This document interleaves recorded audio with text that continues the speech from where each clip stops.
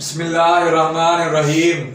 آج میں تمام افراد کو، جو افراد پریشان ہیں رزق کے حوالے سے، رزق کی تنگی ہے، جاب کا مسئلہ ہے، جاب کی ٹرائی کرتے ہیں مگر کہیں سے جاب ان کو نہیں ملتی، ان افراد کے لیے میں یہ وظیفہ بتا رہا ہوں۔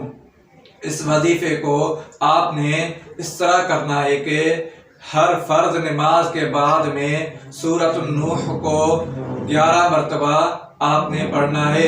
اول آخر درود ابراہیمی آپ نے 11 مرتبہ پڑھنا ہے اور اس کو 40 دن تک مسلسل بغیر ناغے کے آپ نے پڑھنا ہے۔